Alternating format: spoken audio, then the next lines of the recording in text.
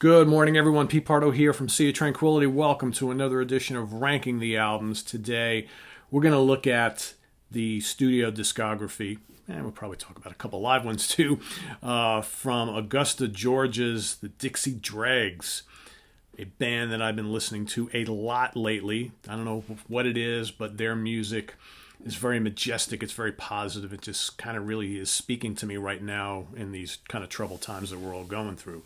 But it's a band I've been into for a long time. I started listening to these guys in the early 80s. I remember first going away to college in 84, and my next door neighbor was playing the hell out of these guys, and I'm like, what is that exquisite, majestic stuff you are playing? Turned out to be the Dixie Dregs, right? And a guy named Steve Morse on guitar who has captivated me ever since. And but a band that's had a lot of lineup changes over the years. They first formed in the early 70s, I believe 73 to be exact. Not a ton of albums, but some great ones, really great ones. I would say all of them are very good to fantastic. All right, not a stinker in the bunch here, but again, it depends on what aspect of their playing you like, because they were a band that combined rock, jazz fusion, bluegrass, country. They did like these kind of cool little jigs and things like that. All right, some of their music's atmospheric, some of them is kind of hard rocking. All right, mostly all instrumental, save for a couple vocals on their industry standard album in the early 80s. But a fantastic band of players. Most folks, the classic, they have kind of two classic lineups. All right, the first one, Steve Morse on guitar, Andy West on bass, Alan Sloan, MD, the Doctor on violin, Rod Morgenstein on drums, also with Winger, Mark Parrish on keyboards. Mark would later leave the band. His place would be taken by a guy named T. Lavitz. That might be the classic lineup of the band right there. Andy West eventually retired from the band as well. In steps Dave LaRue on bass guitar from the Steve Morse band. Okay.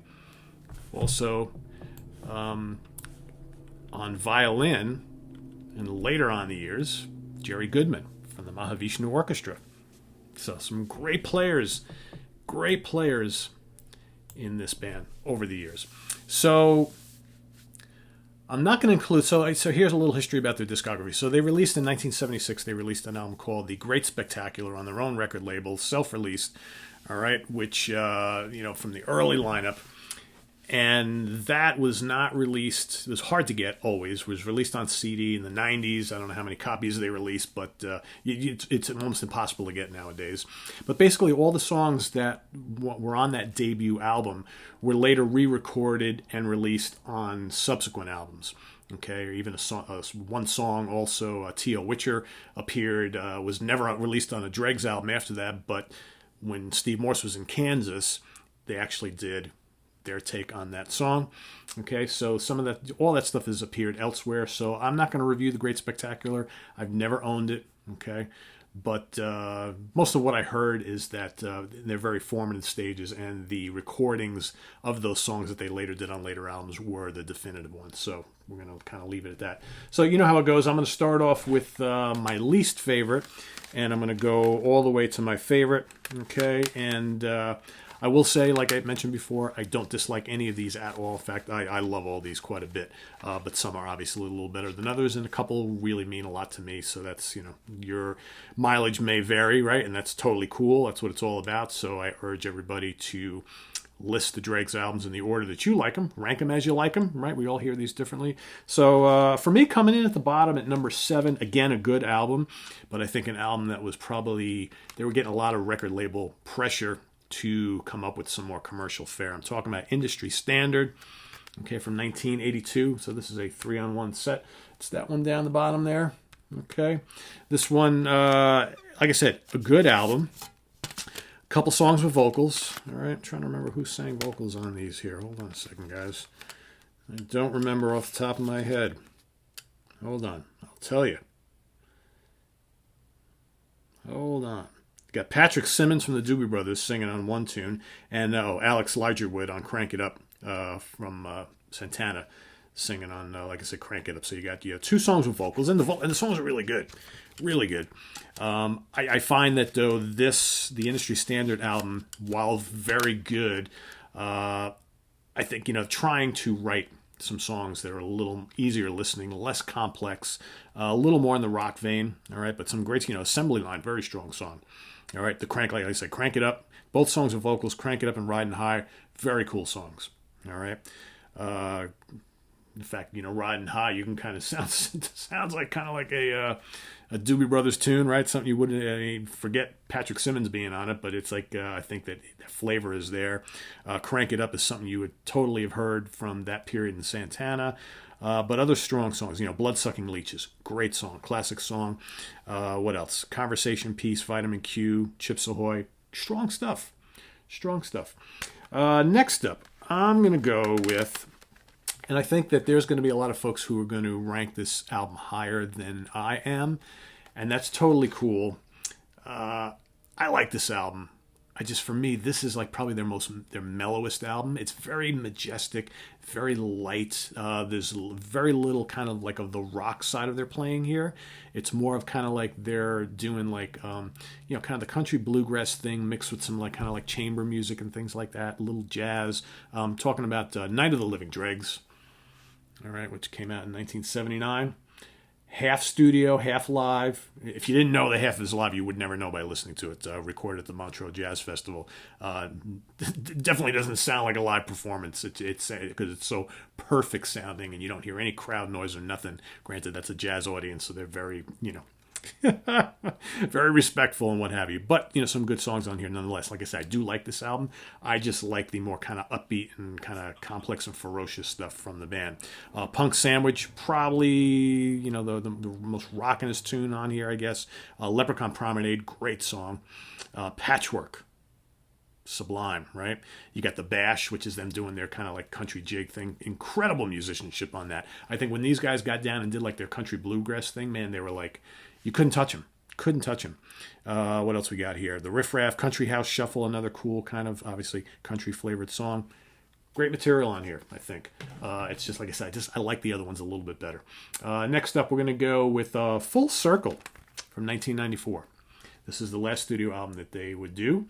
Okay, this is, like I said, the lineup. It's got Jerry Goodman and Dave LaRue in the band now. This is a burning album.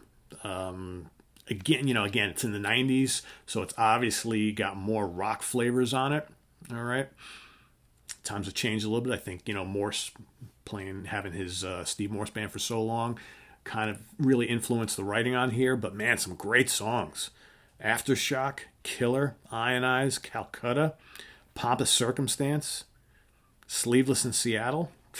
Some great stuff on here. The whole album is cranking from beginning to end and just jaw-dropping musical passages. Love it. Great stuff. All right, so now we're going to get into, for me, without a doubt, the best Dixie Dregs material. Free Fall, okay, from 1977.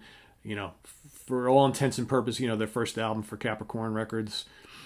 And, many people consider this the, kind of the official debut, even though The Great Spectacular came out a year before it. But this, again, featured many of the songs from The Great Spectacular, done up better, right? You've got, Refried Funky Chicken, Cruise Control, first appeared on this. Later recorded again, all right? And, of course, that found its way into all sorts of TV programs and things like that. You got Wages of Weirdness, Northern Lights, title track Free Fall, Hand Jig, Cosmopolitan Traveler, Dig the Ditch. Crazy stuff. Again, the kind of band doing that kind of country rock, bluegrass, jazz fusion thing. For most people, this is the first time they heard the Dixie Dregs, and you can't not sit there and be like, whoa, that is different, right? Great stuff. All right, next up, I'm going to go from 1981. I'm going to go with Unsung Heroes, Dynamite album. That's the one right there. Okay, with the guys on the front, without the shirts and without the mouths. All right, a great album, could rank higher. Again, got Cruise Control showing up here again. A little more muscular version of the song. What else? I'll Just Pick. crazy. Go for Baroque, Cat Food, Rock and Roll Park, Day 44, Attila the Hun, Cat Food. Ugh. And this is more of, for me, it's more of a rock jazz fusion type of affair. I dig it though. It's great. It's great, great, great. Next up, we're going to stick on the same reissue here. We're going to go Dregs of the Earth, which is right up there. Coming in at number 2 for me. Dregs of the Earth came out in 1980. You know, what I love about Dregs of the Earth is there are a bunch of tunes on here that are like kind of intense, slow builders. And what I mean by that is, you know, the beginning of the song, you've got these majestic keyboards and the violin, and the song starts, you know, in a kind of proggy way, and the song starts building, and then, you know, Morse comes in with a just like absolute blistering guitar solo to kind of close it out. And he did that a lot on some of these earlier albums. And he's just, you know, one of the most unique players everywhere. I mean, if you ever watch him play, he picks like everything, and really hard picking. I think that when I first started playing guitar back in the early 80s, and when I started to get into Morse, you know, I was into Blackmore early on, and Blackmore is also a very strong picker. And then I started listening to guys like Malmsteen and then Morse, and I think Morse's playing really influenced me a lot because I always had a hyperactive picking hand, which was like 10 steps ahead of this hand. And if you ever watch Morse play, man, he is like machine gun picking his stuff. Picks every note, right? Very different, and you can hear it. But, you know, this great stuff, you know, Road Expense, Pride of the Farm, another one of those great kind of country flavored, you know, bluegrassy type things. The Incredible, The Hereafter. And probably a song that could be the soundtrack to anybody in the world today. All right? A song called I'm Freaking Out. How could you not be freaking out about what's going on out there right now? And that is just an incredible song with some jaw-droppingly complex passages in it. Fantastic. Broad Street Strut, The Great Spectacular's on here. Just some majestic, awesome music that's just unlike anything else out there. So that comes in at number 2 for me. Coming in at number 1, I mean, I don't know. You know, again, you talk about how certain albums, certain bands, certain music hit you at a certain time. Well, you remember I told you the story at the beginning of the episode about my next door neighbor playing Dixie Dregs and me being like, what the hell is that? I love this. This is the album that they were playing. It's called What If from 1978. So that's the first one I heard. It really made an impact on me. And I think, you know, if I were ever to do a Dixie Dregs top 10 song show, you'd probably get a bunch of them from this album that'll make my top 10. You know, Take It Off the Top, another one of the more memorable tracks. You got the incredible Odyssey. And this album, for me, is their most prog rock-like album, I guess I can say. Odyssey is just fantastic. Just, to me, Odyssey is the Dregs doing their Mahavishnu Orchestra thing. That's what it's like for me. Then you got the majestic What If, the fun travel tunes, the incredible Ice Cakes, which could be my favorite Drake song of all time. I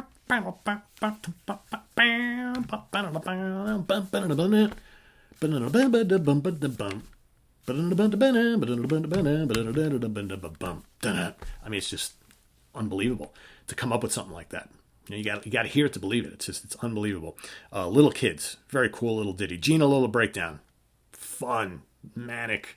Again, using those kind of country and bluegrass influences, mixing it with jazz, and out comes something completely else. All right, and then the grandiose finale, Night Meets Light, another one of those great kind of slow builder songs that these guys did so well. Atmospheric, okay, atmospheric and passionate and majestic and grandiose, and then, you know, just exploding with just jaw-dropping musical expertise. So there we have it. So let's go over my list again. What If coming at number 1, Dregs of the Earth number 2, Unsung Heroes number 3, Free Fall number 4. We're going to go with Full Circle number 5, number 6, Night of the Living Dregs, and number 7 we're going to do Industry Standard. All right. I do want to mention, because I'm not going to do a separate show on it, but I do want to mention they've got 3 sensational live albums. Sensational. First of all, there's the King Biscuit Flour Hour presents the Dixie Dregs. All right. This is killer. Killer stuff.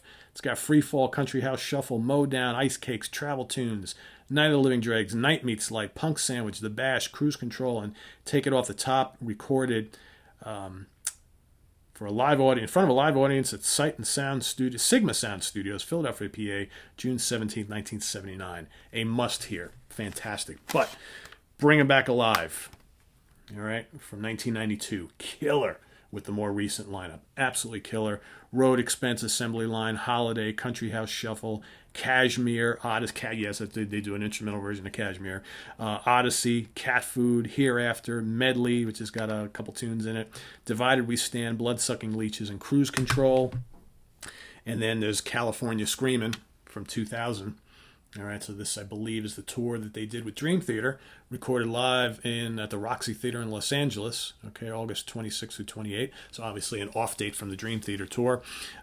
Headline stuff and just amazing. Here you've got both Alan Sloan and Jerry Goodman on violin. Okay, you've got both Dave LaRue and Andy West on bass. All right, T. Lavitz on keyboards, Morse, and Ron Morgenstein. And here you got all sorts of great stuff here. You got Great Spectacular, Sleeveless in Seattle, Ionized, What If. They do a cover of Jessica by the Allman Brothers Band. Amazing. Refried Funky Chicken, The Bash, Peaches and Regalia by Zappa, Wages of Weirdness, all sorts of fantastic stuff. So quite frankly, you need the live albums too if you're going to investigate this band. There's only 3 of them. And is there any others? Yeah, there's actually also a DVD as well called From the Front Row Live. I don't have that. And there's also a DVD Blu-ray from the Montreux Jazz Festival, too, from Eagle Rock that you should check out. So a lot of good stuff. A great band. A beloved band for me. Love the Dixie Dregs. Just they do a little bit of everything, and I just totally dig them. So check them out if you haven't already, and visit us on the web at www.seaoftranquility.org. We're on Facebook, we're on Twitter. Of course, we're here on the mighty YouTube all the damn time, so we'll see you guys again tomorrow with more stuff.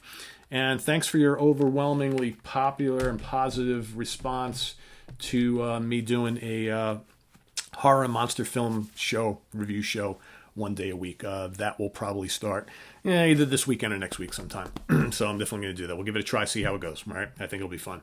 And if it really, really picks up and it's really, really popular, I might have no choice but to start a separate channel for it. But I think we could do it here within these confines. Again, it's like, if you're just here for the music, it's going to be, like I said, 98% of that is still going to be music. But we may squeeze in one horror monster film review show a week. If you're not into that kind of stuff, don't watch. It is what it is. But it'll be fun for me. So, all right, guys, we'll see you soon. Take care. Bye-bye.